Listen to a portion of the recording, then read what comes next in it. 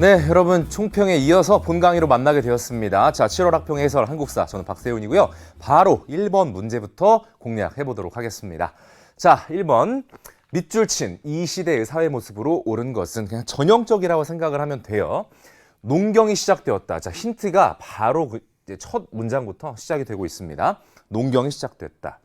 자, 이 시대 사람들은 갈돌, 갈판, 자, 이런 간석기를 제작을 했다. 농경 시작, 갈돌과 갈판, 간석기. 자, 그 다음에 강가나 바닷가에 움집을 짓고 정착 생활을 했다. 자, 이렇게 해서 힌트는 굉장히 많이 나온 편입니다. 자, 이것은 구석기, 신석기, 청동기 중에서도 신석기가 되겠지. 신석기가 되겠습니다. 자, 구석기 같은 경우는 뭐 주먹도끼, 그 다음에 뭐 이동생활, 동굴, 막집 이런 것들이 나왔겠고, 신석기는 이러한 키워드들이 있겠다. 자, 여기에 지금 제시가 되지 않은 것 중에 굉장히 중요한 게 아마도 정답이겠지. 자, 선지 가봅니다. 1번 고인돌이 축조가 되었다. 거대한 지배자의 무덤이 되겠죠. 이것은 청동기 시대.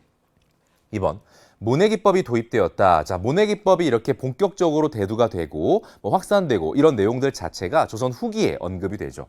3번 상감청자가 제작되었다. 자, 이것은 고려 시대를 대표합니다.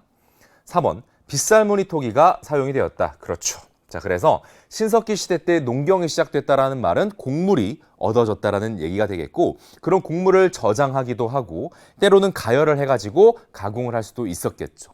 자, 정답은 4번입니다. 자, 그리고 5번 영고라는 제천 행사가 열렸다. 자, 이걸 철기 시대에 우리 연맹왕국 여러 나라들이 있죠. 그 중에서도 부여의 내용이 될 텐데, 자, 우리가 이제 1번 문제에서 보통은 이제 구석기와 신석기, 청동기 시대의 생활 모습을 번갈아 가면서 물어보게 됩니다. 자, 그리고 그 이후에 이제 뭐 고조선이랄지 철기 시대 여러 나라들에 대한 내용이 걸쳐 있는데, 아무래도 1번에 이쪽에서 압도적으로 지금까지는 거의 확정적으로 출제가 됐고, 연맹왕국은 잘 등장하지는 않았어요. 여러분들 뭐 내신 시험이나 이럴 때는 많이 나왔었겠죠. 뭐 옥저나 동해나 부여나 이런 나라들이요. 자, 근데 그 중에서 많이 안 나왔지만 그나마 그래도 기출을 통계를 살펴보건대 가장 많이 쓰인 선지는 바로 영고였습니다. 그래서 부여의 영고 정도는 좀 기출을 풀어본 친구들은 익숙했을 것이다. 자, 이렇게 1번 문제 가볍게 풀어봤고 2번 넘깁니다. 자, 각 국가 시기에 제작된 문화유산으로 옳은 것은, 자, 이번엔 나라를 찾고 그 나라의 문화를 파악하는 문제가 되겠습니다. 자, 일단 큰 제목이 삼국사기라고 바로 나왔기 때문에, 자, 공부가 어느 정도 된 친구들은 삼국사기는 바로 고려의 역사서지 알 수 있을 겁니다. 그래서 나라는 고려가 되는데 좀 더 읽어보도록 할게요. 삼국사기는 현존하는 가장 오래된 역사서다. 그래서 뭐 현존 최고의 역사서 이런 표현을 같이 쓰기도 하죠. 자, 가의 인종 때, 가가 나라니까 가는 고려가 찾았고요. 자, 인종 때 대표 편찬자가 김부식이죠. 자, 김부식 하면 또 우리가 생각나는 게 묘청의 서경천도 운동을 진압했던 사람이기도 합니다. 자, 그는 유교적 합리주의 사관에 기초해서 기전체로 서술되었다는 특징이 있다. 그렇습니다. 자, 이 기전체라는 것은 왕과 그다음 왕이 아닌 중요한 인물을 중심으로 서술이 된 그런 역사 편찬 방식이 되겠습니다. 자, 바로 삼국 사기가 되겠습니다. 자, 그래서 나라는 고려가 되겠고요.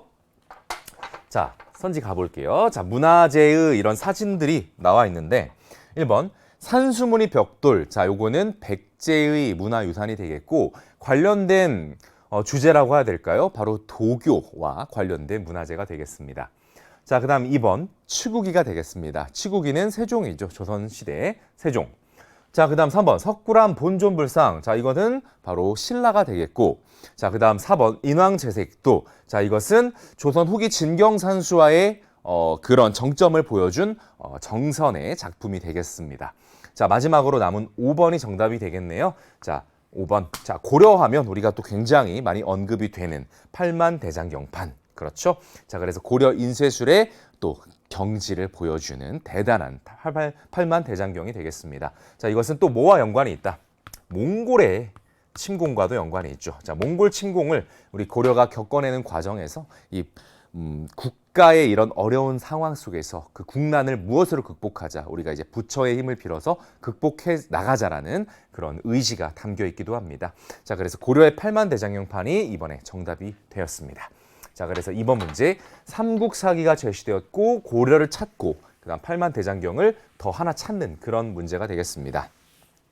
자, 그래서 조금 더 제가 첨언을 해드린다면 삼국사기가 이렇게 예시로 나올 수도 있고 그게 아니라면 자, 여기 보시면 삼국사기가 유교적인 합리주의 사관에 기초했다. 그래서 뭔가 신비로운 이야기, 각종 설화 이런 것들은 아예 이렇게 배제를 시켰거든요. 그런 것들을 모아놓은 또 역사서가 있습니다. 자, 그게 뭡니까? 그것은 삼국유사가 있다. 삼국유사. 자, 삼국유사 같은 경우는 승려 이련이 편찬을 하죠. 좋습니다. 그것도 같이 대표적인 책이니까 알아두셨으면 좋겠고요. 다음 문제 넘길게요. 3번 갑니다. 3번. 밑줄 친 왕에 대한 설명으로 옳은 것은 자, 전근대사 문제들은 이 단독 군주에 대한 문제가 굉장히 중요한데 자, 왕 한번 찾으러 갑시다. 첫 번째, 금관가야의 김구애가 왕비와 세 아들을 데리고 보물을 가지고 와서 항복했다. 자, 그러니까 결론은 정리하면 금관가야가 항복을 했다. 자, 그럼 거의 망한 거 아닙니까? 왕은 예를 다해 그를 대우하고 높은 관등을 주었으며 금관가야를 최종적으로 병합했다. 그러니까 즉 금관가야는 멸망을 한 것이죠.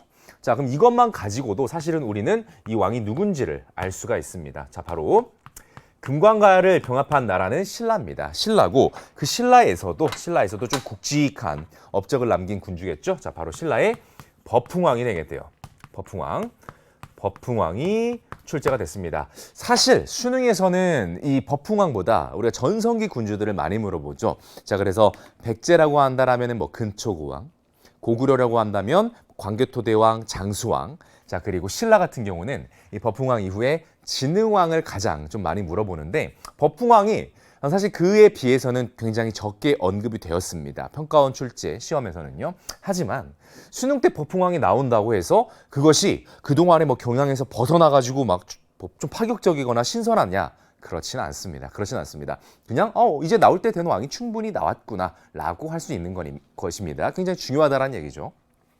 다른 업적도 한번 살펴볼게요. 왕이 불교를 일으키고자 했으나, 자, 삼국이 각기 이제 이 불교를 공인을 하게 되죠. 자, 근데 이제 신라의 상황이 여러 신하들이 불교를 믿지 않았다. 자, 그러자 이차돈이란 사람의 목이 잘린 곳에서 피가 솟구쳤는데 우윳빛이었다.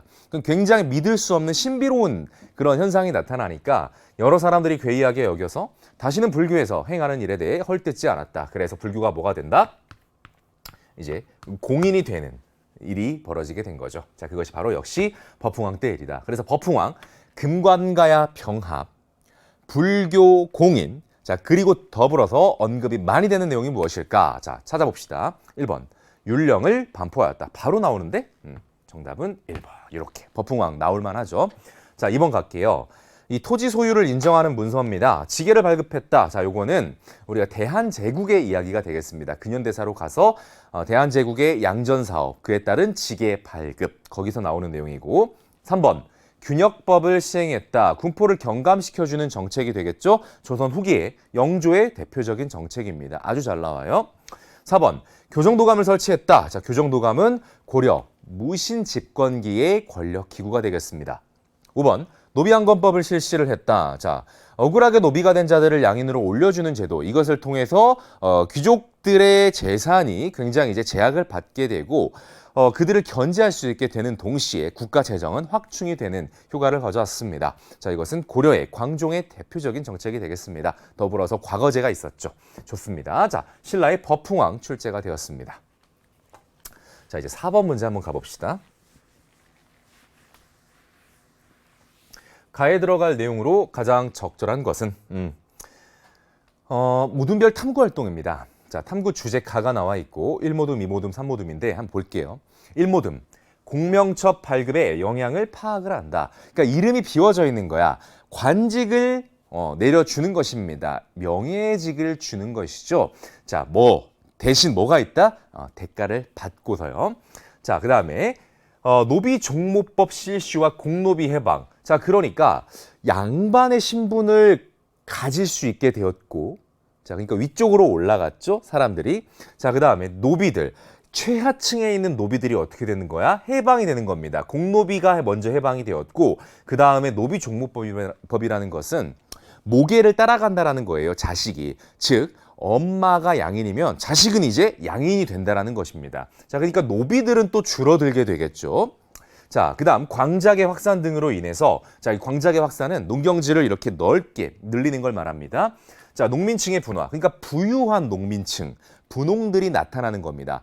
그러니까 조선에 뭔가 신분제가 그렇죠? 여러 계층에서 지금 올라가고 흔들리고 동요하고 이런 급격한 변화의 모습을 우리는 지금 목격할 수 있는 거 아니겠습니까? 자, 그래서 이런 현상들은 공히 여러분들 조선 후기에 나타나는 특징이다.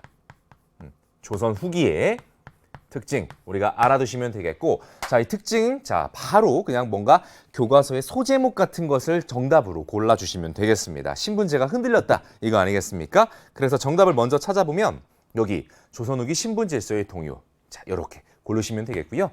이미 수많은 기출에서 거의 똑같은 문제가 출제가 되었습니다. 자, 1번 갈게요. 신라 말기 호족 세력의 성장. 그러니까 신라 하대 이제 점점 중앙에 권력 다툼이 치열해지면서 지방 통제력을 상실하고 각 지방에서 독립적인 세력들이 나타나게 됩니다. 그들은 스스로를 성주나 장군으로 일컫게 되고 결국에는 반신라적인 세력이 되죠. 대표적으로 뭐 견훤, 궁예, 결국에는 왕건의 출현까지 나타나게 되는 거죠. 그다음 2번 고려 전기 문벌귀족 사회의 성립, 뭐 공음전, 음서 이런 제도들을 통해서 문벌귀족 사회가 공고해집니다. 어쨌든 고려 이야기고. 3번 고려 무신 집권기, 하층민의 봉기, 뭐 망이 망소이, 만적 이런 사람들의 봉기가 있었죠. 어쨌든 이것은 고려 이야기고. 4번 조선이죠. 그러니까 이거는 오답 가려내는 것도 어렵지가 않은 것이 전부 다 앞에 다른 시대가 이렇게 표시가 돼 있어서 간단합니다. 5번 갈게요. 일제강점기 형평운동의 전개, 요거는 백정들의 신분차별 철폐, 바로 사회운동이 되겠습니다. 이것은 일제강점기 1920년대에 있었던 운동. 자, 이렇게 해서 4번 문제도 공략 끝. 자, 다음 문제 갈게요. 5번입니다. 다음 상황이 전개된 시기 볼 수 있는 모습으로 가장 적절한 것은 자, 바로 그냥 문두에서 나와요. 다루가치가 말하기를 자 고려에 파견되었던 관리가 되겠습니다. from 어디에서 왔을까?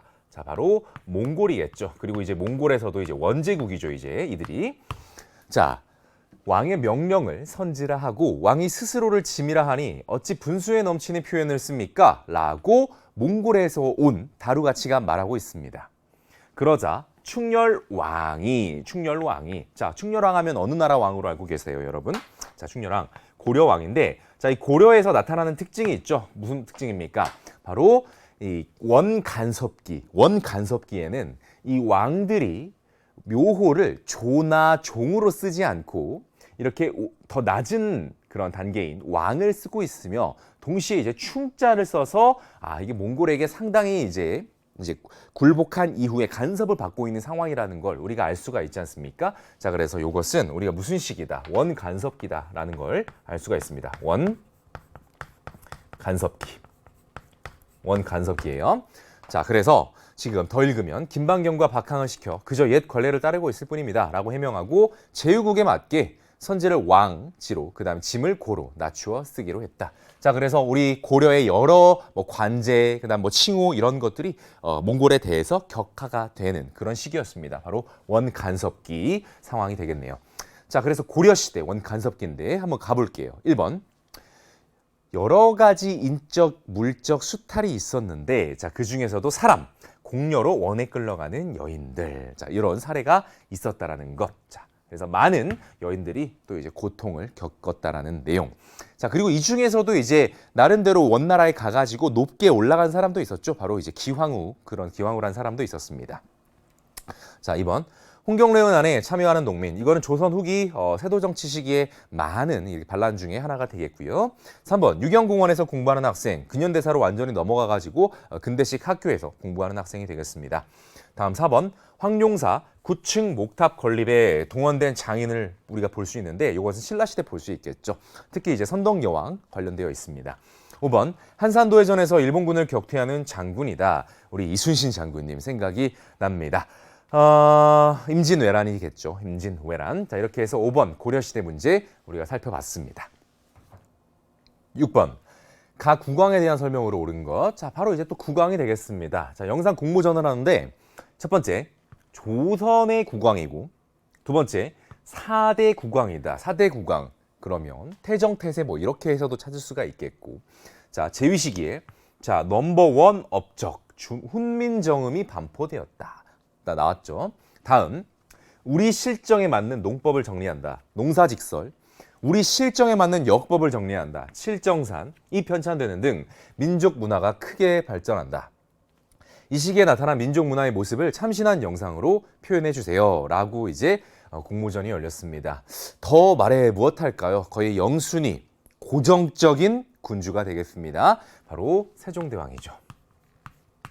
이 외에도 여기 언급되지 않았지만 출제가 될 수 있는 키워드들은 굉장히 무궁무진하다라는 거. 세종대왕입니다.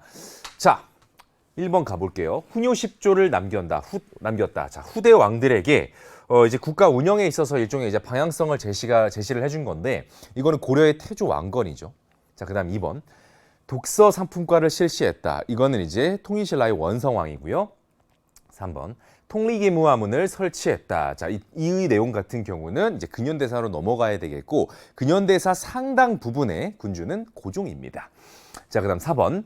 사군 육진 지역을 개척했다. 그렇지. 그래서 정답은 4번이 됩니다. 그러니까 이제 우리나라 이제 북방 쪽, 여진 쪽 토벌을 하면서 사군 육진 개척까지, 즉 국방 문제에 있어서도 세종대왕 때 굉장히 이제 치적이 있었다라는 것이고, 이 국방 분야랑 관련해서 내용을 하나 정도 추가하면 남쪽으로 왜구의 근거지였던 어디를 토벌했다.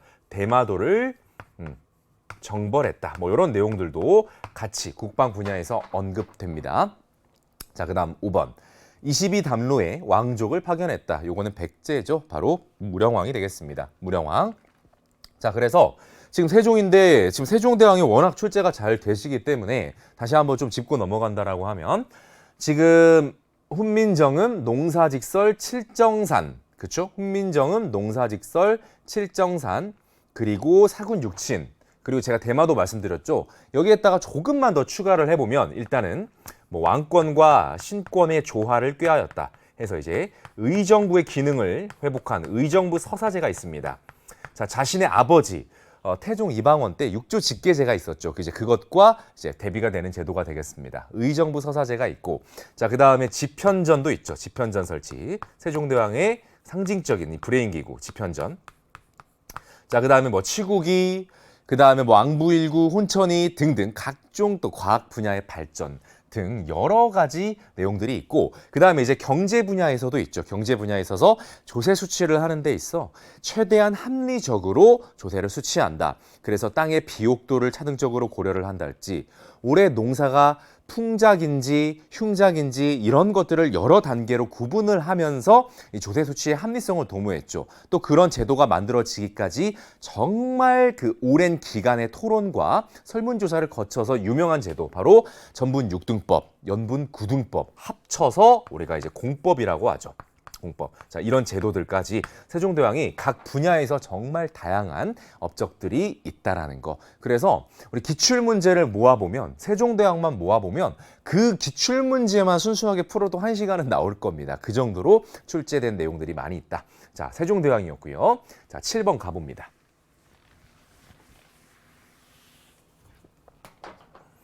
자, 밑줄 친 이 나라의 경제 상황으로 옳은 것은, 자, 경제사입니다.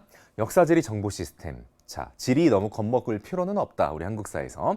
그냥 사실은 여기 이제 한반도 이렇게 지도가 있고 요 부분에 포인트를 찍고 여기가 이렇게 확대가 돼서 여기에 나온 거잖아요. 근데 사실 뭐 나 잘 지리 모르는데 걱정할 필요가 없는 게 사실 그냥 지명만 보고 가는 거죠. 수도가 일단 개경이 있고 개경과 가까운 병란도. 그러면 이제 국제적인 항구가 되겠죠. 자, 병란도가 국제적인 항구인 나라다.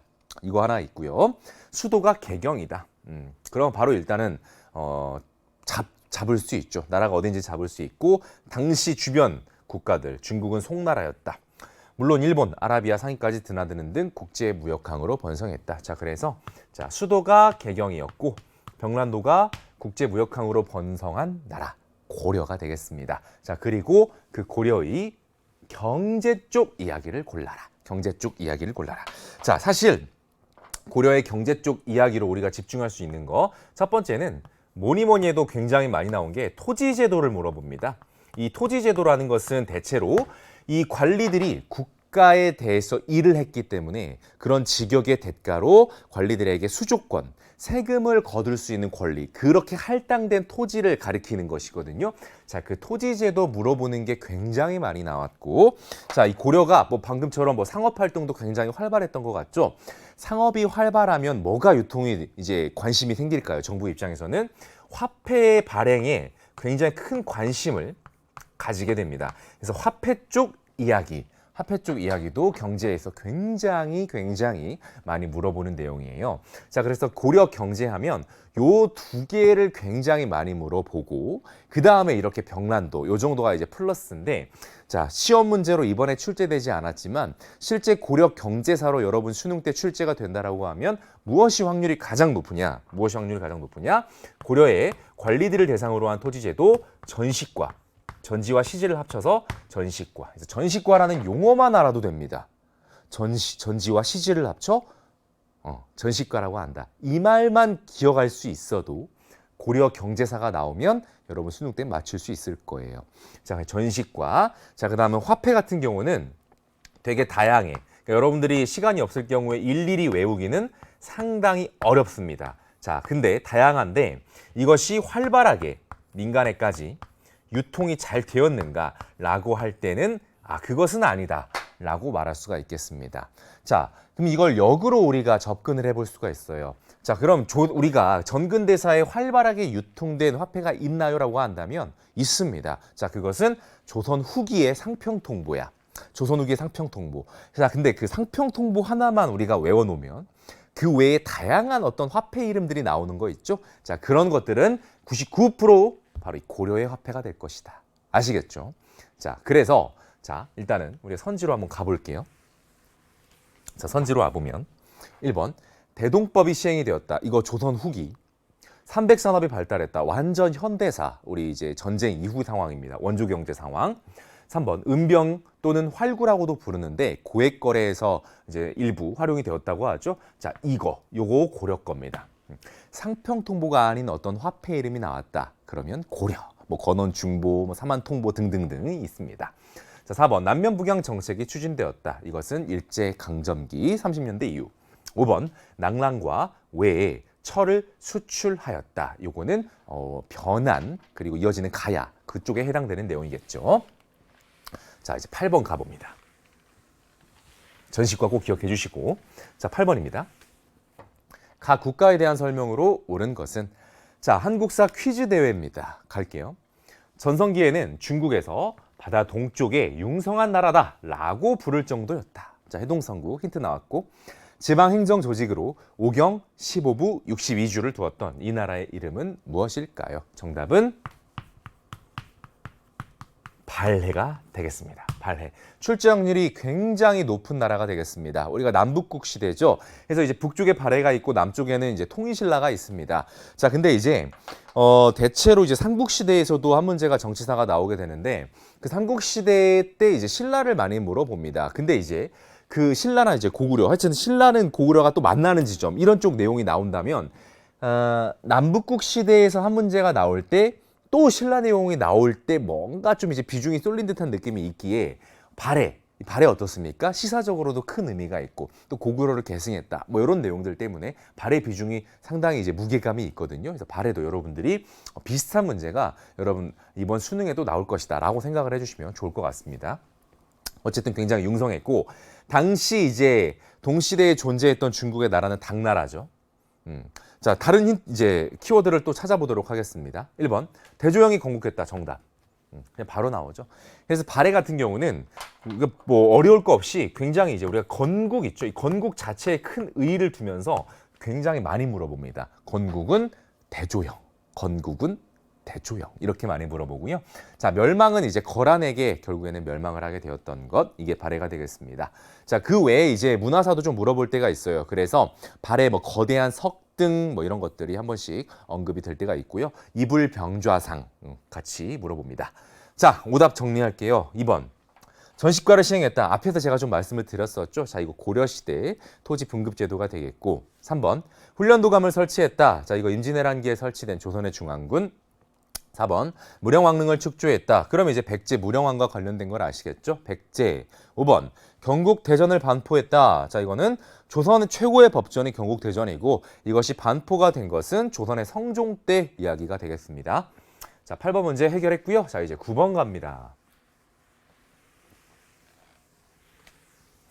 자, 밑줄친 이 전쟁이 일어난 시기를 연표에서 골라라. 연표를 많이 어려워하시는데 자, 이번 문제를 보게 되면은 연표가 굉장히 널찍널찍해요. 그래서 아주 안정적으로 쏙 정답이 들어갑니다. 확인합시다. 자, 왼쪽 여자친구가 말하기를 청나라가 조선이 군신관계 요구를 거절한 것 등을 빌미로 이 전쟁을 일으켰다. 그냥 바로 나왔습니다. 청나라의 조선 침공, 배경은 군신관계 거절. 자, 이것은 호란 중에서도 정묘호란이 아니라 병자호란이다. 병자호란 1636 병자년의 치욕을 겪었죠. 자, 당시 인조가 군주죠. 남한산성으로 피란을 해가지고 청나라에 항전을 하였다. 자, 그래서 이제 인조의 남한산성 피란 요 내용도 곧잘 언급이 되는데 자, 흐름을 조금 살려드리면 선조 그 다음 왕 누굽니까? 광해군 그 다음에 지금 방금 보신 것처럼 인조 요렇게 선광인이 되겠죠. 선광인이 되겠고 자, 이 선조 때 무슨 일이 있었냐면 우리가 이제 외란을 겪었죠. 임진왜란을 겪었습니다. 자, 이제 외란을 겪으면서 북방 쪽의 여진족들이 다시 규합이 되면서 후금이 탄생합니다. 그 후금이 굉장히 강성한 나라입니다. 그리고 우리나라를 임진왜란 때 도와줬던 명나라는 굉장히 또 약해지고 있는 그런 상황. 자, 후금의 압박, 명나라의 지원 요청. 아, 우리나라 어떻게 할까? 굉장히 중요한 시기였는데 광해군 때 어떻게 합니까? 중립 외교를 표방하죠. 후금을 자극하지 않는 중립 외교를 표방을 하면서 전쟁의 위기는 넘길 수가 있었습니다. 자, 하지만 광해군이 중도 축출이 되죠. 인조 반정이 일어났기 때문에 광해군과는 다른 기조를 보일 수밖에 없는 정권, 바로 서인이 주도하는 인조 정권입니다. 자, 그래서 인조 정권은 어떤 식으로 나가느냐? 명에 대한 의리를 우리가 어찌 저버리리요? 그래서 친명, 배금으로 갑니다. 후금을 배척하는 친명 배금으로 가게 되고 결국에는 바로 전쟁이 터져버리게 되고 그것을 우리는 호란이라고 부른다. 자, 후금이 쳐들어왔고 형제관계를 맺으면서 마무리가 된 것은 정묘호란이고요. 그 후금이 나라 이름을 청으로 바꾸고 군신관계 요구를 했습니다. 하지만 우리는 거절을 했고 전쟁을 겪었어요. 그것이 바로 병자호란. 결국에는 전쟁에서 패하고 우리가 청나라에 대해서 군신관계를 맺게 되는 것. 이 내용입니다. 자, 그러면 자, 한번 골라보죠. 첫 번째 가와 이제 가부터 볼게요. 귀주대첩과 위화도 회군 사이인데 귀주대첩입니다. 고려예요. 그렇죠? 거란의 침공을 겪어냈을 때 특히 3차 전쟁 강감찬의 활약이 있었습니다. 너무 먼 이야기다. 그렇죠? 고려라는 것만 알아도 되잖아. 다음 위화도 회군은 이제 조선을 출발시킬 때 있었던 대표적인 사건이죠. 당장 조선 건국이 바로는 아니지만 곧 되잖아요. 1388 해에 있었던 이성계의 위화도 회군입니다. 이건 조선도 아니야. 사실은 이제 고려 말 이야기죠. 여전히. 다음 임진왜란이 이제 그나마 가까워졌습니다. 해서 좀 고정적으로 출제가 되는 게 외란과 호란. 우리가 합쳐서 양란이다 이렇게 말하는데 외란, 호란 둘 중에 하나는 뭐 무조건 나온다고 생각하시면 됩니다. 이번에는 이렇게 호란이 메인 테마로 출제가 된 것이고요. 자, 임진왜란 나왔어. 그럼 이제 긴장되지. 이제 좀 가까운 사건 나왔는데 자, 근데 갑자기 임술 농민봉기가 나옵니다. 무려 19세기 이제 후반으로 갈 때 나오게 되는 내용. 태도 정치식이 전국적으로 많은 밀란이 있었던 바로 그 내용이 되겠습니다. 군주로 따지면 철종 때 이야기예요. 철종 때 이야기. 그러니까 지금 우리가 인조 때 이야기를 공부하고 있는데 너무 또 뒤에 있는 이야기가 이렇게 그러니까 즉 이 사이가 굉장히 멀게 이렇게 펼쳐져 있다는 얘기죠. 그래서 그냥 쏙 너무 넓은 구간이기 때문에 다의 무난히 이렇게 집어넣을 수가 있는 사건이고 우금치 전투 여기는 이제 완전 근현대사로 넘어가죠. 근현대사로 넘어가가지고 동학과 관련이 있죠. 이제 2차 동학 농민운동, 일본에게 이제 패배를 하게 되었던 우금치 전투. 그 다음에 이제 근현대사 국권 피탈기, 러인 전쟁의 발발 이런 내용들까지 펼쳐져 있습니다. 그래서 연표긴 연표인데 굉장히 그 시기가 넓게 제시가 되었기 때문에 어렵지 않게 풀 수가 있겠습니다. 자, 이렇게 해서 9번 문제, 연표 문제도 우리가 다 풀었고요. 10번입니다. 이제 반환점으로 들어갑니다. 각 구강에 대한 설명으로 옳은 것은 역시 구강이네요. 자, 학습 주제를 보니까 탕평정치. 자, 탕평정치 힌트 나왔고 규장각의 기능을 강화했다. 규장각도 나왔습니다. 세종한테 집현전이 있는 것처럼 각 구강에게는 규장각이 있다. 자, 그리고 젊은 관리들을 재교육시켜서 역시 국왕을 보필할 수 있는 인재로서 뒷받침하게 한다. 초계문신제가 있고요. 자, 규장각이 이쪽이라면, 그러니까 브레인 쪽이라면 장용영은 친위부대, 무력 쪽이죠. 그 다음 경제 분야에서 시전상인들의 막강한 권한이었던 금난 정권을 폐지하면서 유통을 더욱더 활성화하려고 했다. 통공정책이라고도 하죠. 신해통공. 자, 이 군주 누굽니까? 바로 영조 이후 정조가 되겠습니다. 자, 그래서 조선 전기에는 여러분들 정말 내가 시간이 너무 없다. 조선 전기 한 명만 그럼 세종대왕이고 조선 후기 한 명만 이러면 이제 정조가 되는 거죠. 영조도 많이 나옵니다만 조금 더 정조. 자, 그래서 각 국왕은 이제 정조가 되겠고 이제 선지 가볼게요. 1번. 평양으로 천도를 했다. 자, 평양 천도로 대표적인 군주는 고구려의 장수왕이고 2번 수원화성을 축조했다. 그렇죠. 그래서 정조하면 가장 많이 언급되는 게 바로 이 계획도시 수원화성의 건설. 자, 3번 구주 오소경을 설치했다. 통일신라의 신문왕. 4번 쌍성총관부를 공격을 하였다. 자, 이것은 자주 그다음에 반원 개혁 뭐 이런 것들을 펼쳤던 고려의 말기 공민왕이고 5번 교육입국 조서를 반포했다. 교육을 강화하고자 했었는데 이거는 고종이 되겠습니다. 그래서 이제 가보개혁기에 나왔던 조치. 자, 이렇게 해서 조선 후기를 대표하는 군주 정조가 출제가 되었고요. 자, 이제부터 10번까지 풀었기 때문에 이 11번부터 마지막 20번까지는 이제 나머지 10문제 근현대사의 내용을 중심으로 우리가 이제 풀어보게 되겠습니다. 자, 가보시죠. 11번. 가정부에 대한 설명으로 옳은 것은 이제 가정부예요. 자, 벌써 이제 근현대사에서 가장 비중이 큰 오래 갔던 군주 고종이 나왔는데, 자, 그 고종이 여러분 황제로 재교한다. 그러니까 이제 사실 여러분 그냥 왕하고 황제하고는 다릅니다. 그래서 황제를 선포했다. 요거는 기존과는 다른 이제 어떤 자주적인 의식 또는 뭐 자신감 이런 것들이 있었다는 얘기죠. 특히 어디에 눈치를 보지 않고 중국의 눈치를 보지 않는다. 자, 그럼 이제 우리나라도 제국이 되는 거네. 그렇죠? 고종의 황제 즉위식이 덕수궁 일대에서 재현이 된다. 120여 년 전 고종은 환구단에 나아가 하늘의 제사를 지내고 황제에 등극했으며 그에 따라 성립된 이 가의 성립을 대내외에 선포했다. 행사 관계자는 고종의 황제 즉위가 가지는 의미를 되새길 수 있는 기회가 될 거라고 설명했다. 자, 제국이죠. 그래서 무슨 제국입니까? 제국이 되겠습니다. 대한제국이 되겠습니다. 자, 그래서 이 시기를 우리가 한번 되짚어 보면 1897년에 이렇게 이제 선포가 되었죠. 그리고 이 대한제국이 사라지는 것은 일본에 의한 강제병합 1910 이렇게 잡으시면 될 텐데, 사실 뭐 왕실이나 여러 가지 어떤 체제 존속 때문에 조선의 느낌이 이제 이어지긴 합니다만 어쨌든 황제 선포를 기준으로 이렇게 볼 수가 있겠습니다. 바로 직전 해에 무슨 일이 있었나요? 1896년에 무슨 일이 있었습니까? 아관 파천이 있었죠. 고종이 신변의 위협을 느껴 자신의 몸을 어디로 피합니까? 러시아 공사관으로 피하게 되죠. 자, 그래서 이제 돌아왔던 곳도 가까운 이제 덕수궁으로 돌아오게 되는 거죠. 그때 당시의 명칭은 이제 경궁이었고요.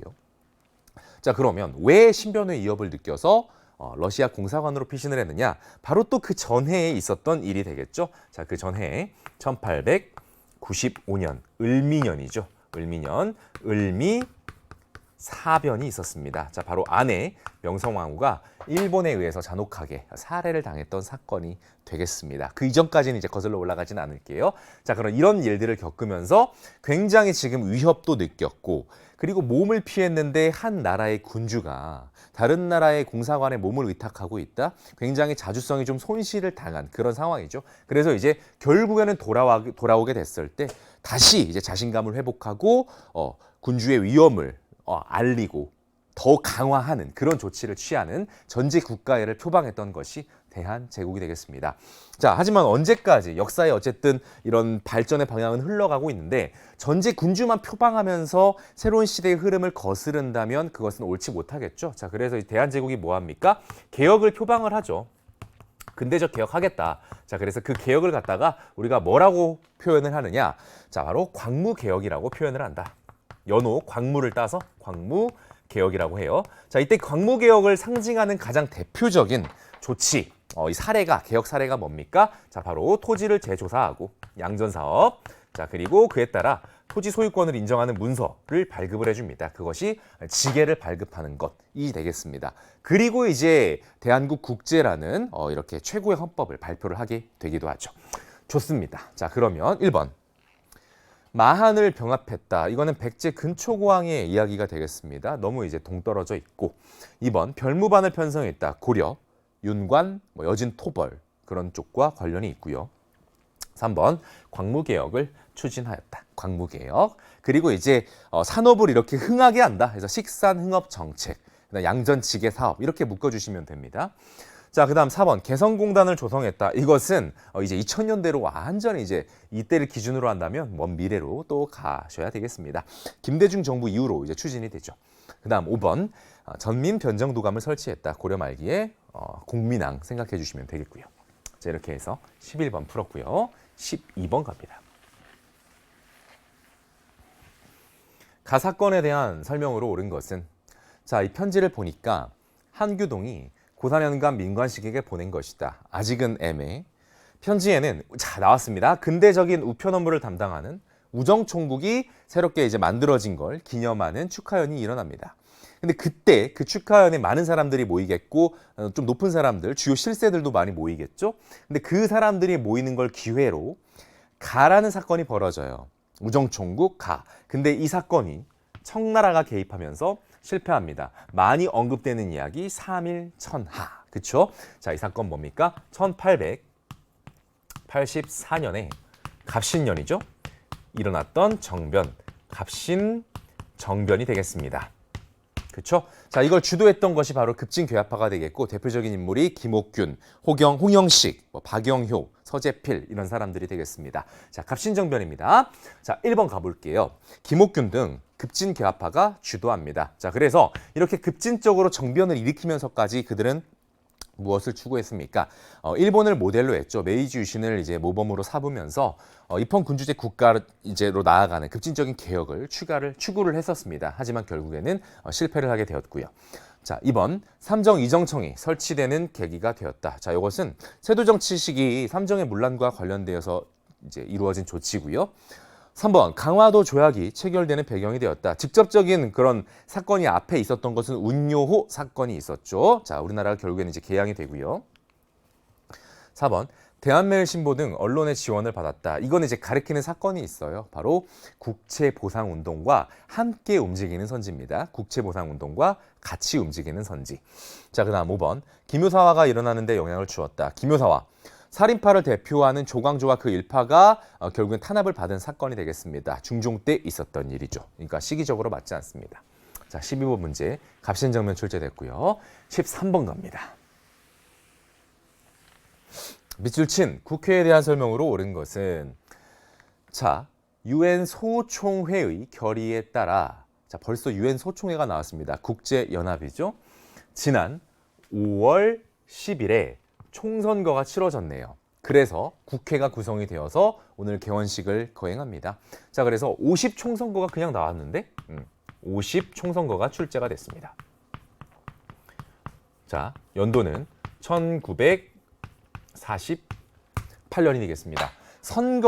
선거가 가능한 지역에서 선거를 실시를 해라. 자, 가능한 지역 자, 바로 우리가 살고 있는 바로 이 지역이고요. 불가능한 지역, 그러니까 거부했던 지역이 바로 북쪽이 되는 것이죠. 결국은 우리나라가 분단을 향해서 그렇게 나아갔던 것이고요. 총선을 통해서 어쨌든 우리는 최초로 이렇게 민주적인 보통선거를 실현을 시켰고요. 국회가 이제 이렇게 열리게 되었습니다. 그리고 이들에 의해서 헌법도 제정이 되는 것이죠. 좋습니다. 그러니까 이들이 한 일 중에서 이제 굉장히 중요한 재헌국회라고 부르는데 이제 헌법을 놓았기 때문에 자, 재헌국회 구성이 되고 7월 달에 헌법 발표하고 8월 달에 이제 정부 수립이 선포가 되죠. 자, 그들이 한 굉장히 중요한 일들. 자, 최초에 이렇게 국회가 만들어졌기 때문에 우리 민족의 염원을 실행을 시켜야겠죠. 그 오랜 일제강점기, 그다음 그 사이에 또 어려운 일들, 그 과정 속에서 우리가 어쨌든 민족의 수건 과제라고 하는 것들이 있었을 텐데 그것을 좀 이제 열망을 담아내야 될 그런 이제 국회였는데 자, 어떤 일들이 있었을까? 자, 1번. 단발령이었을까? 상투를 자르는 단발령이었을까? 아니겠죠. 요거는 이제 을미개혁 때 이야기고 2번 한일 의정서를 체결했다. 이건 러일 전쟁기 국권 피탈의 이제 본격적인 그 조치가 되겠습니다. 우리 군용지로서 이제 우리나라 영토를 잠식해 나갔죠. 3번 반민족행위 처벌법을 제정했다. 바로 요겁니다. 요거. 그래서 이제 반민특위가 구성이 돼서 친일 부역자를 이렇게 잡고 이제 청산을 하려는 그런 과제를 수행을 해 나갔습니다만 제대로 되지 못했습니다. 자, 그리고 4번 관민공동회를 열어 헌의 6조를 결의했다. 이건 독립협회의 활동. 5번 광주 학생항일운동에 조사단을 파견했다. 이것은 신간회가 되겠습니다. 신간회고요. 자, 그래서 재헌국회의 활동, 반민족행위 처벌법 제정과 바로 그 활동이 되겠고요. 하나를 더 추가를 하면 농지개혁이 있습니다. 농지개혁. 그래서 그 두 가지 사건, 이 두 덩어리가 출제가 잘 된다. 자, 이렇게 해서 13번 현대사 문제 풀었고요. 14번 갑니다. 가 단체에 대한 설명으로 옳은 것. 자, 이 단체는 무엇일까? 자, 신문조서. 뭔가 지금 신문을 받고 있습니다. 탄압을 받고 있다는 얘기로 봐도 되겠지? 자, 너는 가에 어떻게 가입했는가? 그러니까 뭔가 단체야. 그렇죠? 답. 삽촌 옥관빈의 권유로 입회했다. 이것은 우리가 이것 가지고 결정적인 힌트 찾기는 어렵고요. 그 단체의 목적은 뭐냐? 라고 했더니 민중 계몽과 국권 회복에 있다. 자, 그러니까 이제 우리가 국권 피탈기로부터 일제 강점기로까지 갈 때 많은 단체들이 공히 표방했던 내용입니다. 그러니까 이것 가지고도 완벽하게 찾기는 어렵지. 자, 어떤 방법으로 목적을 달성하려 하는가라고 했더니 핵심이 나오기 시작합니다. 서간도에 무관학교를 설립해서 청년들을 양성하며 자, 서간도에 무관학교 설립해서 청년들을 양성하며 핵심 하나 나왔고요. 자, 또 핵심 바로 나옵니다. 공화정체의 근대국가를 건설하려 한다. 우리가 국권을 회복해가지고 다시 왕실을 회복하고 왕조로 회복하는 게 아니라 민주공화정으로 간다라는 것.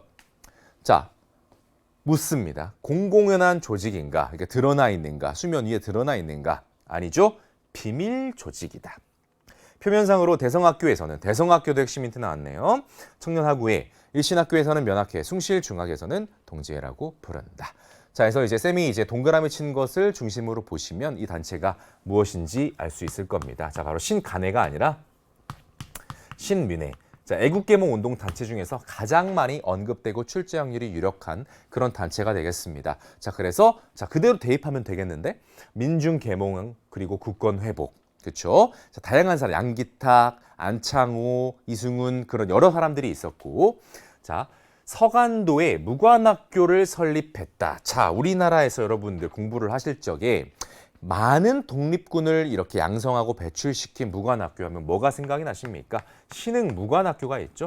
그래서 최초에는 신흥 강습소라 했으나 이것이 곧 무관학교로 이제 개편이 되죠. 무관학교. 자, 그다음에 서간도라고 이렇게 표현이 되었습니다. 자, 이 서간도라고 표현된 게 이제 우리가 약간 남만주 쪽으로 생각하면 돼요. 이제 한반도가 있고 그 이제 왼쪽 아래 정도, 그 한반도 위에서. 자, 근데 우리가 보통 이제 서간도의 어디까지도 이제 우리가 지명을 알아두셔야 되겠냐면 삼원보. 계속 시옷으로 이렇게 우리가 맞춰지네요. 삼원보 같이 기억을 해주시기 바랍니다. 자, 그다음 공화정, 그다음에 비밀결사, 대성학교, 오산학교. 등등. 그다음 각종 회사의 설립, 신민회가 되겠습니다. 자, 그래서 여러 애국개몽운동 단체들이 뭔가 실력을 양성한다 할지 뭐 교육 분야의 활동 이런 것들은 열심히 한 단체들은 꽤나 있는데 거기에다가 플러스로 이렇게 무장투쟁까지 같이 준비했으며 공화정체라는 이념적 어떤 지향 그것까지 갖춘 유일무이 굉장히 의미가 깊은 단체 신민회가 되겠습니다. 자, 그런데 정답으로 나온 건 뭐냐면 신민회의 이제 이 해체가 결국에는 정답으로 나왔거든요.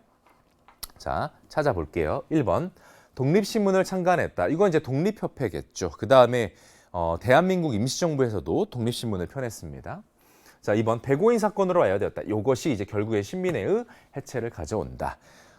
일본의 그 총독을 암살하라고 했다는 사건을 만들어내죠. 그래서 그걸 통해서 많은 사람들을 연루시켜서 체포하는데 이때 이제 신민회 회원들이 많이 연루가 되었기 때문에 결국엔 와해가 되었고요. 3번 분하로드 운동을 전개한다. 요거 같은 경우는 언론사 동아일보에서 앞장서게 됩니다. 다 일제강점기 때 있었던 일들이고. 4번 연통제와 교통국을 조직했다. 이게 이제 대한민국 임시정부 이야기. 5번 전라도 각지에 집강소를 설치했다. 이거는 동학농민운동과 관련 있는 선지죠. 자, 이렇게 해서 14번도 끝났습니다. 신민회 신가나랑 헷갈리지 마시고요. 자, 이제 15번 가볼게요. 가 정부 시기에 있었던 사실로 옳은 것은 자, 뭔가 그 즐거워하는 표정의 어린이들의 모습이 보이고 전반적인 배경은 농촌입니다. 그렇죠? 뭐 이것저것 나르고 계시기도 하고 좀 씩씩한 모습이 담겨 있는 듯한 느낌. 자, 그리고 제목이 나왔는데요. 새마을운동이라고 그냥 나왔네요. 새마을운동 하면 박정희 정부죠. 자, 새마을운동 하면 박정희 정부. 자, 농촌생활 개선운동이었다. 이렇게 보시면 되겠죠. 1970년대. 이것은 새마을운동 홍보 포스터입니다. 정부는 농촌 환경 개선과 농가 소득 증대를 목표로 내세워 새마을운동을 시작했습니다. 그래서 박정희 정부 시기예요. 1번 가볼게요. 서울올림픽이 개최되었다. 88 올림픽이죠. 88 서울올림픽인데 자, 이거 개최가 된 것은 노태우 정부입니다. 노태우 정부. 자, 2번 인천 상륙작전이 전개되었다. 굉장히 많이 나오는 선지인데 바로 6.25 전쟁과 관련해서 많이 나오는 선지고요. 대통령으로 따지면 이제 이승만 정부 때죠. 자, 그다음 3번 동양척식 주식회사가 설립되었다. 국권피탈기 때 설립이 됩니다. 4번 제2차 경제개발 5개년 계획이 추진이 되었다. 그렇죠. 그래서 정답은 4번입니다. 박정희 정부 하면 결국에는 가장 많이 언급되는 주제가 바로 이 경제 성장이죠.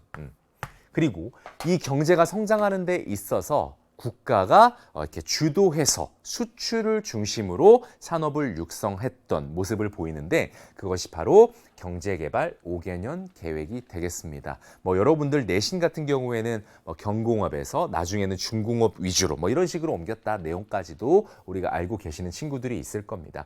그래서 이제 많은 경제 성장이 있었는데 조금 더 추가해서 말씀을 드리면 이 경제 성장을 하는 데 있어서 우리나라가 인프라가 많이 부족했기 때문에 일단 기본적인 자금이 당장에 필요합니다. 그래서 그 자금을 우리가 얻을 수 있었던 굉장히 중요한 두 개의 그런 사건이 있죠. 첫 번째가 일본과 국교를 회복하는 거였죠. 그래서 한일 협정이 있고 두 번째는 베트남 전쟁에 우리나라가 참전을 하면서 미국으로부터 받은 이런 원조 이런 것들 지원이 있었다라는 거. 그래서 이쪽을 바탕으로 많은 자금을 얻을 수 있었고 경제 성장에 또 발판이 되기도 했다. 자. 하지만 이런 외형적인 경제 성장 그 이면에 전태일의 분신으로 대표되는 노동자들의 아픔이 있기도 했다. 뭐 그런 내용으로 박정희 정부를 우리가 공부를 할 수 있죠.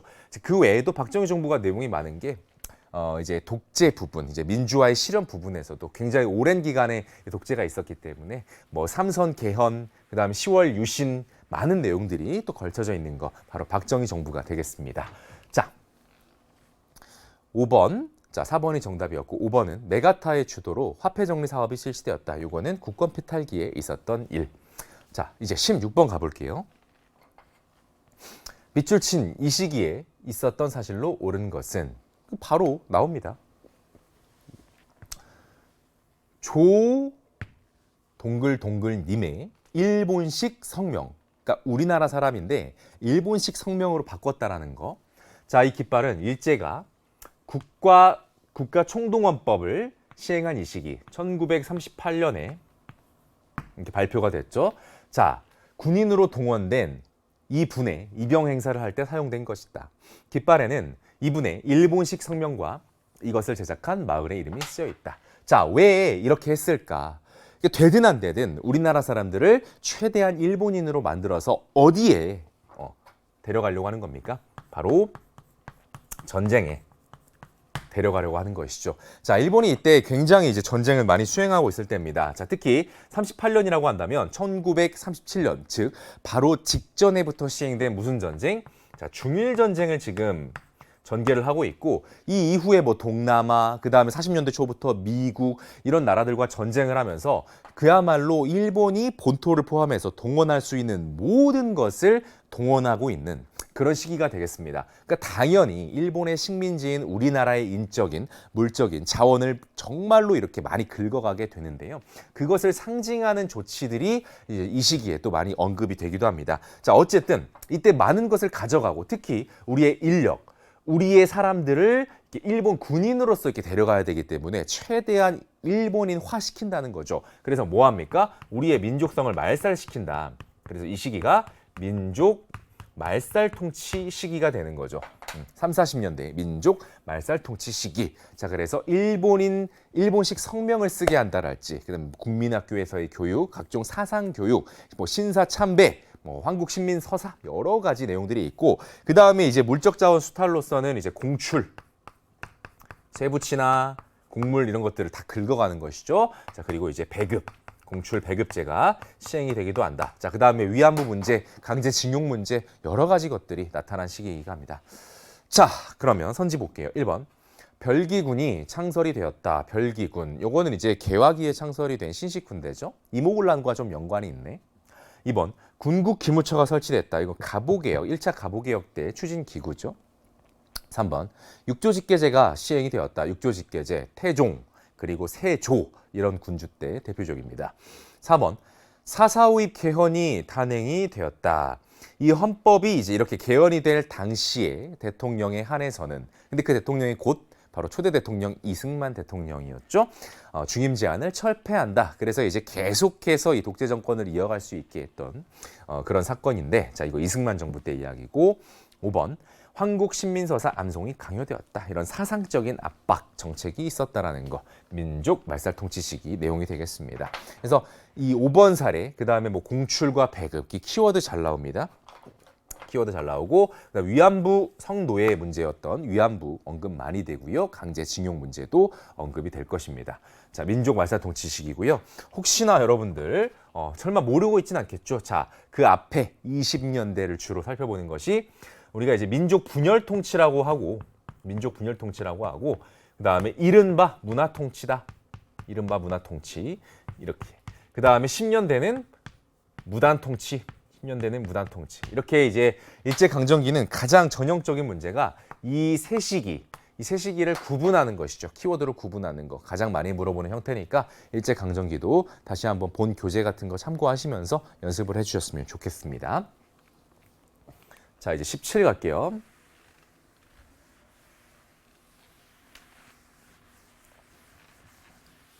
자, 가에 들어갈 내용으로 가장 적절한 것은, 자, 한국사 온라인 클래스입니다. 자, 수업 주제를 봤더니 의열투쟁. 그러니까 이제 옳은 일을 정말 정의롭고 이제 가열차게 행하는 건데, 어떤 군대가 조직이 돼가지고 그런 교전을 벌이는 그런 차원보다는 개인의 의거 활동, 중요한 시설에 폭탄을 투척을 한달지, 아니면은 정말로 우리 민족의 원흉이 될 만한 그런 중요한 자리에 있는 사람들을 이렇게 암살을 한달지, 그런 활동을 하면서 일제의 간담을 서늘하게 하고 국제사회에 우리의 의지를 알리게 하는 그런 활동을 하는 건데, 그거의 앞장선 대표적인 단체래요. 자, 그 단체가 세 글자 단체입니다. 일단은 5글자 단체 그리고 3글자 단체가 유명하거든요. 그래서 번갈아 가면서 출제가 되는데, 자, 일단 조직한 사람을 봤더니 단장 김원봉입니다. 만주 길림에서 김원봉이 조직한다 해서 핵심 키워드 나왔죠. 자, 그다음 각 단원들 박재혁, 김익상, 김상옥 이런 단원들이 아까 말했던 중요한 기관들이 있죠. 뭐 경찰서, 동양척식 주식회사, 그다음 총본사님 조성총독부 이런 곳에 이제 폭탄 투척들의 의거를 했었죠. 자, 그래서 이 단체가 뭐가 되겠습니까? 자, 바로 20년대를 중심으로 활동을 했던 의열단이 되겠다. 요렇게요. 자, 그러면 관련된 내용을 한번 골라보도록 합시다. 1번, 독립문을 건립했다. 이건 독립협회죠. 서재필의 독립협회.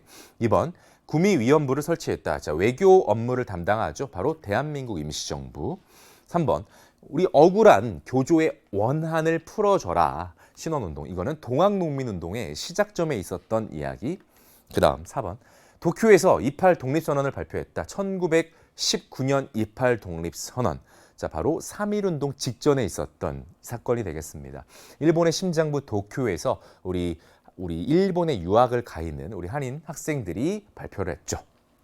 5번, 조선혁명선언을 활동 지침으로 삼았다. 그렇습니다. 아주 가열찬 내용을 담고 있습니다. 강도 일본에 대해서는 그들에게는 이제 폭력으로서 이렇게 우리가 답을 보여줘야 된다라는 내용이 핵심이 되는데, 자, 이 조선혁명선언을 써주신 분, 이분도 역시 함께 키워드로 많이 언급이 되네요.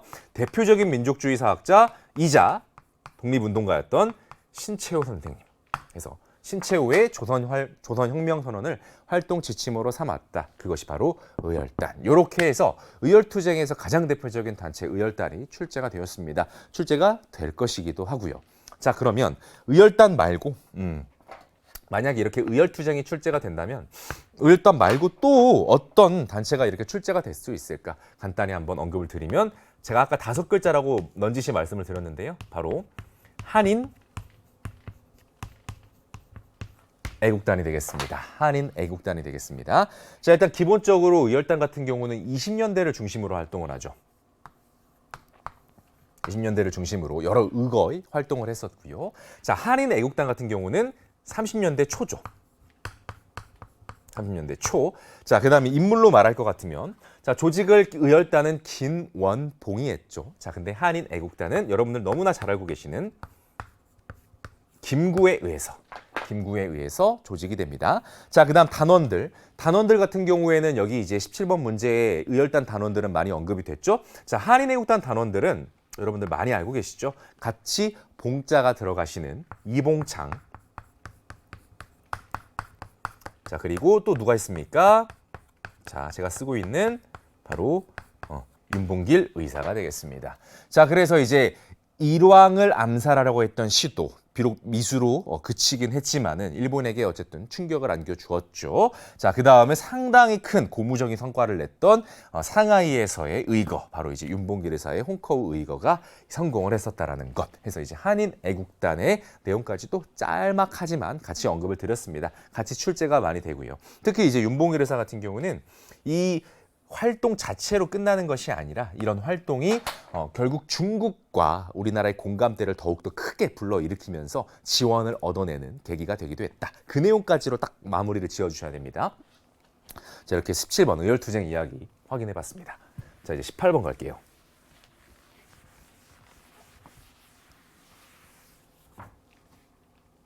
자, 밑줄 친 시위운동의 영향으로 오른 것은, 자, 이제 시위입니다.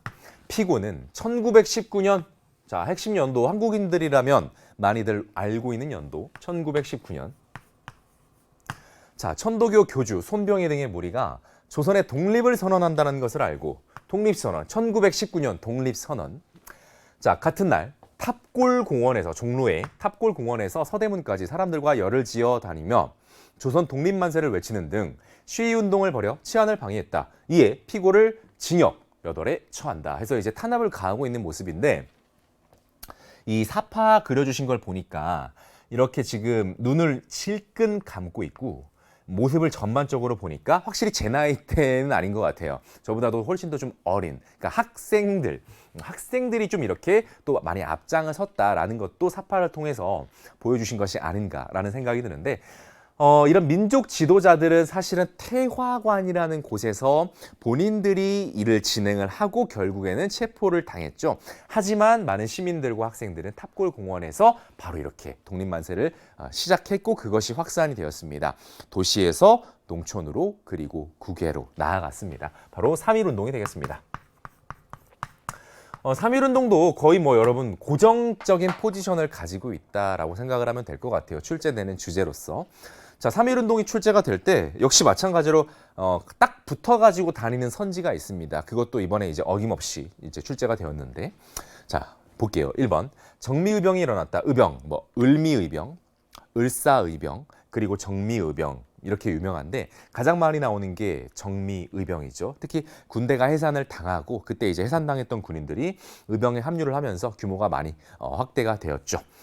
자, 어쨌든 여기서는 정답은 아니고 2번 이모군란이 발생했다. 차별을 받던 구식 군인들과 여러 개화 정책이 추진되는 시기에 어려운 삶을 살고 있던 하층민들이 합세를 하면서 일으켰던 봉기, 이모군란이었습니다. 자, 어쨌든 정답은 아니고 그다음 3번 홍범 14조가 반포되었다. 고종에 의해서 반포가 되었고 갑오개혁이죠. 제2차 갑오개혁과 관련. 4번 전국에 척화비가 건립이 되었다. 통상수교 거부 의지를 굳게 이렇게 새겨놓은 건데 이거는 흥선대원군이죠. 조선 고종의 아버지. 남은 건 5번입니다.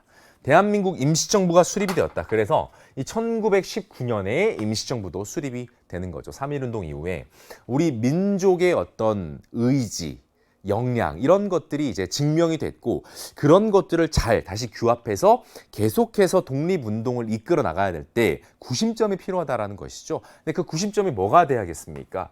우리에겐 없는 정부가 돼야겠다. 그래서 이 정부가 수립이 되라는 운동이 있었고 여러 형태의 정부가 만들어졌는데 통합운동을 거쳐서 상하이에서 통합된 대한민국 임시정부가 이렇게 출발을 하게 됩니다. 그래서 3.1운동과 관련해서 직접적으로 거의 그냥 이렇게 정답으로는 이 임시정부가 매칭이 되고요. 만약에 대한민국 임시정부 수립이 정답이 아니다. 3.1운동이 나오면 그러면 나올 수 있는 후보군을 골라보면 바로 이거죠. 가장 유력한 거. 자, 일본의 일제의 통치 방식이 변화를 한다.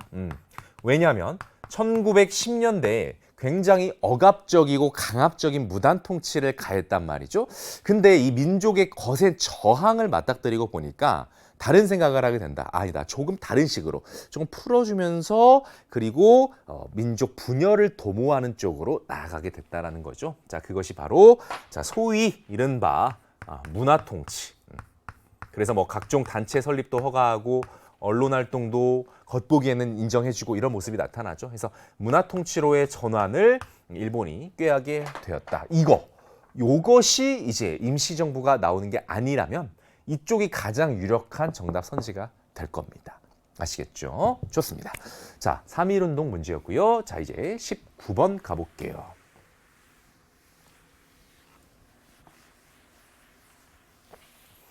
가민주화 운동에 대한 설명으로 옳은 것은 마찬가지입니다. 항상 고정 포지션이라고 보면 돼요. 이 주제가 민주화 운동과 관련한 현대사 문제, 고정 포지션이에요. 그래서 이것도 제가 본격적으로 문제 들어가기 전에 그냥 말씀을 드리면 민주화 운동, 자, 4, 5, 6 이렇게 정리가 되죠. 민주화 운동 4, 5, 6으로 정리가 됩니다. 자, 4.19 혁명에서 나오거나 그렇죠. 자, 그 다음에 5.18 광주 민주화 운동에서 나오거나 그렇지. 자, 그 다음에 뭐 6월 10일이라는 좀 특정 포인트가 되는 날짜가 있긴 합니다만 대체로 이렇게 더 많이 표현을 하죠. 6월 항쟁에서 나오거나. 그래서 우리 현대사 민주화 운동 시리즈는 이 세 중요한 커다란 사건 중에서 로테이션으로 대체로 또 이렇게 19번에 많이 나오고 있습니다. 그래서 이제 이 부분 공부를 잘 해주셔야 되겠고, 자, 먼저 한번 문제를 풀고 그 다음에 또 보충할 거 있으면 보충을 해보도록 하겠습니다. 자, 민주화 운동 영상 기록관입니다. 자, 여기 현수막이 걸려 있는 걸 보니까 호헌 철폐와 군부 독재 종식을 위한 애국시민 학생 농성이다. 호헌 철폐가 굉장히 메인으로 올라가 있습니다. 호헌 철폐. 그러니까 이 현재 당대의 정부에서 난 기존 질서 그대로 고수할 거야 라고 한 게 이제 호헌 조치입니다. 그러지 마. 지금 바꿔야 돼. 이렇게 저항하고 있는 거죠. 다음, 박종철 고문치사 사건. 나왔고요. 4.13 호원 조치 발표 등을 배경으로 일어난 가사건이다. 해서 자, 이 셋 중에 어떤 사건이 됩니까? 자, 바로 1987년에 있었던 6월 항쟁이 이번에 출제가 된 겁니다. 자, 일단 볼게요. 우리나라에 지금 현재 이 여러 민주화 운동의 전개에 있어서 가장 당장 우리가 취하고자 했던 것, 얻어내고자 했던 것, 고치고자 했던 것, 그게 뭡니까? 우리를 대표하는 대통령을 우리 손으로 직접 선거를 통해서 뽑는 것이었습니다. 자, 그것이 바로 대통령 직선제죠. 직선, 간선이 아니라 직선제를 우리가 지금 추구를 하고 있다는 겁니다. 자, 그래서 이것과 관련해서 그리고 군부 독재와 관련해서 계속해서 민주화 시위가 있었고 그것을 노력하는 학생들도 있었는데 연초에 1987년 연초에 자, 그 학생 중에 한 명의 박종철 군이 경찰의 물고문에 의해서 사망을 하게 되었죠. 근데 그것을 경찰이 은폐하고 왜곡하는 가운데 그것이 밝혀졌고 더 국민적인 분노와 저항감이 강해지게 됩니다. 자, 그런데 그런 국민적인 저항과 염원을 무시한 채 4월 달에 4.13 호원 조치가 있었죠. 정부는 전두환 정부입니다. 그래서 이 호원 조치는 뭡니까? 기존 헌법 체제 그대로 고수한다라는 얘기입니다. 직선제로 가지 않겠다라는 것과 다름없다라는 것이죠. 자, 그래서 이제 사람들이 어떻게 되는 겁니까? 이거를 철폐해라라는 운동, 이렇게 구호가 나오게 되는 거고 앞서 이렇게 결국 운명을 달리했던 박종철 군에 대한 그런 이야기도 나오게 되는 거죠. 종철이를 살려내라. 고문 없는 세상에서 살고 싶다. 이런 내용들이 나오게 되는 겁니다. 그리고 더불어서 또 한 명의 젊은 학생이 목숨을 이 과정에서 경찰의 최루탄 발포로 인해 목숨을 잃게 되니 자, 그 인물이 바로 당시 학생 이한열 군이 되겠습니다. 자, 그래서 마찬가지로 이 이한열이라는 이름, 이 이름도 같이 플랜카드나 뭐 현수막이나 뭐 여러 신문 기사나 이런 것들을 통해서 같이 언급이 되기도 합니다. 키워드 호원철폐, 그다음에 이한열 열사, 그다음에 대통령 직선제 쟁취를 위한 투쟁 이런 쪽으로 언급이 될 거고요. 자, 그래서 결국에는 이 여당 쪽에 유력한 대통령 후보였던 자, 노태우가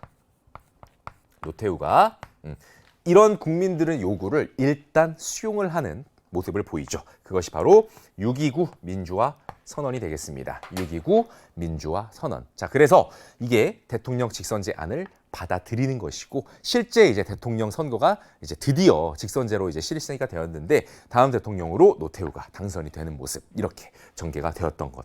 자, 이게 바로 6월 민주 항쟁이 되겠습니다. 해서 일단은 정답을 이제 한번 골라 볼게요. 1번. 조선 물산 장려회가 주도하였다. 그럼 물산 장려 운동이겠죠. 일제강점기 때 있었고.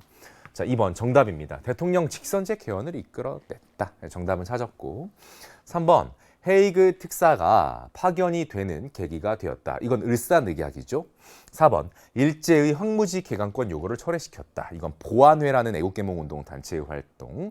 5번 이승만 대통령이 하야하는 결과를 가져왔다. 자, 이거 볼까요? 5번은 오답입니다만 자, 4.19 혁명 1960년에 일어났던 혁명이 되겠고 당시 정부는 계속해서 정권을 연장해오고 있던 이승만 정부였습니다. 자, 근데 그 이승만 정부가 이렇게 계속해서 집권을 연장할 때 뭐 헌법을 무리하게 계속해서 개헌을 강행했던 것도 있고 그 과정 속에서 여러 선거에서 또 부정적인 선거의 모습을 보인 바가 있는데 가장 그 정점에 올랐던 것이 3.15 부정선거였다. 자, 3.15 부정선거가 알려지자 정말 국민적인 또 분노와 시위가 있었고 또 그 시위 과정 속에서 마산에서 김주열이라는 학생이 목숨을 잃기도 했고 그것이 기폭제가 되기도 합니다. 자, 그러다가 결국에 이승만 대통령이 하야를 하였다. 이것이 바로 4.19 혁명이다. 해서 이제 1960년 4.19 혁명이 이렇게 출제가 될 수도 있고요. 자, 그 다음에 이제 5.18 광주 민주화 운동만 하나가 남았는데 연도는 1980년이 되겠고요. 자, 어디에 대해서 저항을 하는가? 오랜 시간 독재 정권을 이어오고 있던 박정희 정부가 무너졌습니다. 12.6 사태로 박정희 대통령이 살해를 당하면서 일단 정권은 무너졌단 말이죠. 그러나 이제 그래서 이제 우리 국민들은 어쨌든 새로운 민주화의 봄이 오는 것을 기대를 했지만 그것을 다시 한번 군부가 군합발로 짓밟았죠. 자, 그게 누굽니까? 전두환의 신군부였죠. 그래서 이 신군부에 대한 저항 그리고 그것의 무대였던 또 광주, 자 이쪽을 중심으로 일어난 사건이 바로 5.18 광주 민주화 운동이고, 그래서 가장 많이 나오는 키워드가 신군부에 대한 저항이 있고요. 그 다음에 시민들이 시민군을 조직했다.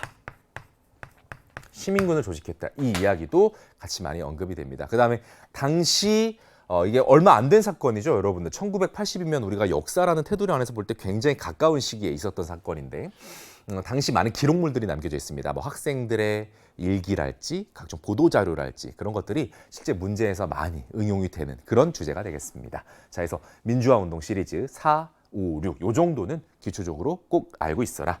자, 됐고요. 자, 이제 마지막 문제, 대망의 20번입니다.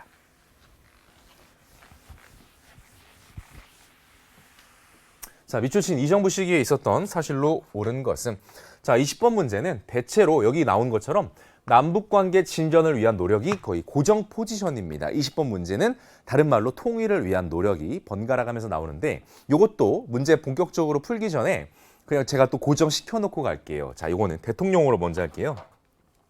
대통령으로 박정희 정부 때 사례 아주 잘 나오는 거 하나가 있고요. 다음 노태우 정부 때 사례가 역시 아주 잘 나오는 게 하나가 있습니다. 자, 그리고 전부 다 아주 잘 나왔지만 가장 많이 나온 거 김대중 정부의 사례가 되겠습니다. 이 이후에 이제 노무현 정부의 사례도 있습니다만은 아직은 직접적으로 이렇게 많이 언급되기엔 시간이 조금 필요하다고 생각. 자, 그래서 박정희 정부, 노태우 정부, 김대중 정부고, 자, 제목을 좀 붙여드리면 박정희 정부의 7.4 남북 공동성명, 남북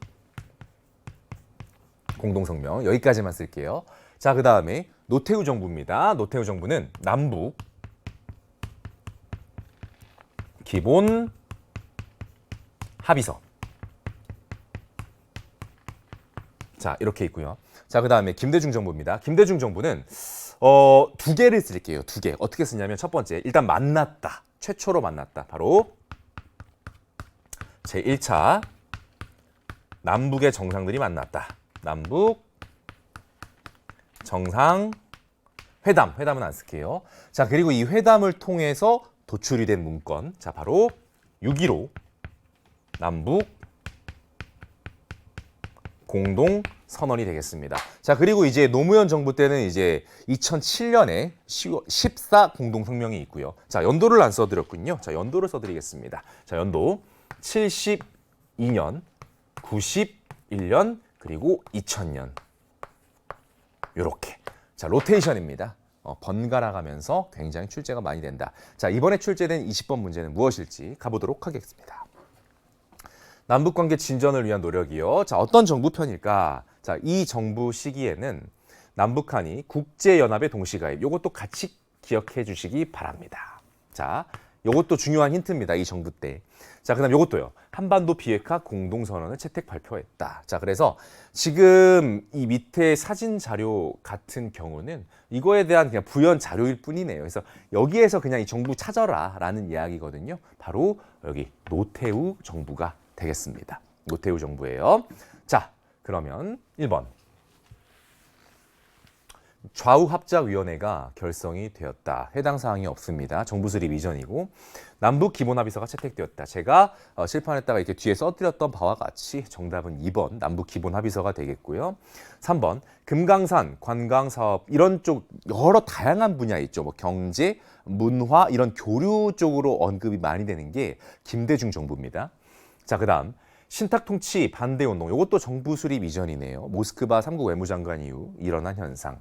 그 다음 5번 최초로 남북 정상회담, 남북 정상이 만났다. 그러면 김대중 정부 때의 남북 정상회담이 되겠죠. 최초니까. 자, 근데 마지막 마무리 정리는 이 이전은 정상끼리 만난 것은 아니었구나. 이렇게 정리를 좀 해둘 수가 있겠습니다.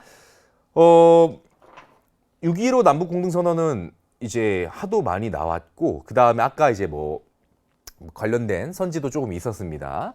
박정희 정부 같은 경우는 이 정도만 추가를 해두죠. 자주적으로, 그다음 평화적으로, 그다음 민족의 대단결 해서 자평민, 이 말도 좀 기억을 해주시면 좋을 것 같습니다. 그래서 조절위원회가 추진기구로서 설치가 되기도 했다. 뭐 요 정도 언급을 이제 우리가 같이 좀 해드립니다. 자, 그래서 여기까지 할게요. 여기까지. 자, 그래서 20번 문제 통일을 위한 노력으로 봤습니다. 총평에서 제가 그랬던 것처럼 그냥 항상 나오는 문제들, 나오는 주제들이 그대로 나왔고, 그리고 이것이 여러분들 수능 때도 그럴 것이기 때문에 자, 어떤 강의든지 선택을 해가지고 효율적으로 여러분들이 정말 제대로 이렇게 한두 번만 해주시면 편한 길 계속 가실 수 있을 것입니다. 자, 여러분 이제 남은 기간 동안 정말 건강 관리, 그다음에 멘탈 관리 잘 하시면서 함께 파이팅 하면서 끝까지 나아갈 수 있도록 저도 응원하도록 하겠습니다. 자, 공부하시느라 수고 진짜 많으셨습니다. 감사합니다.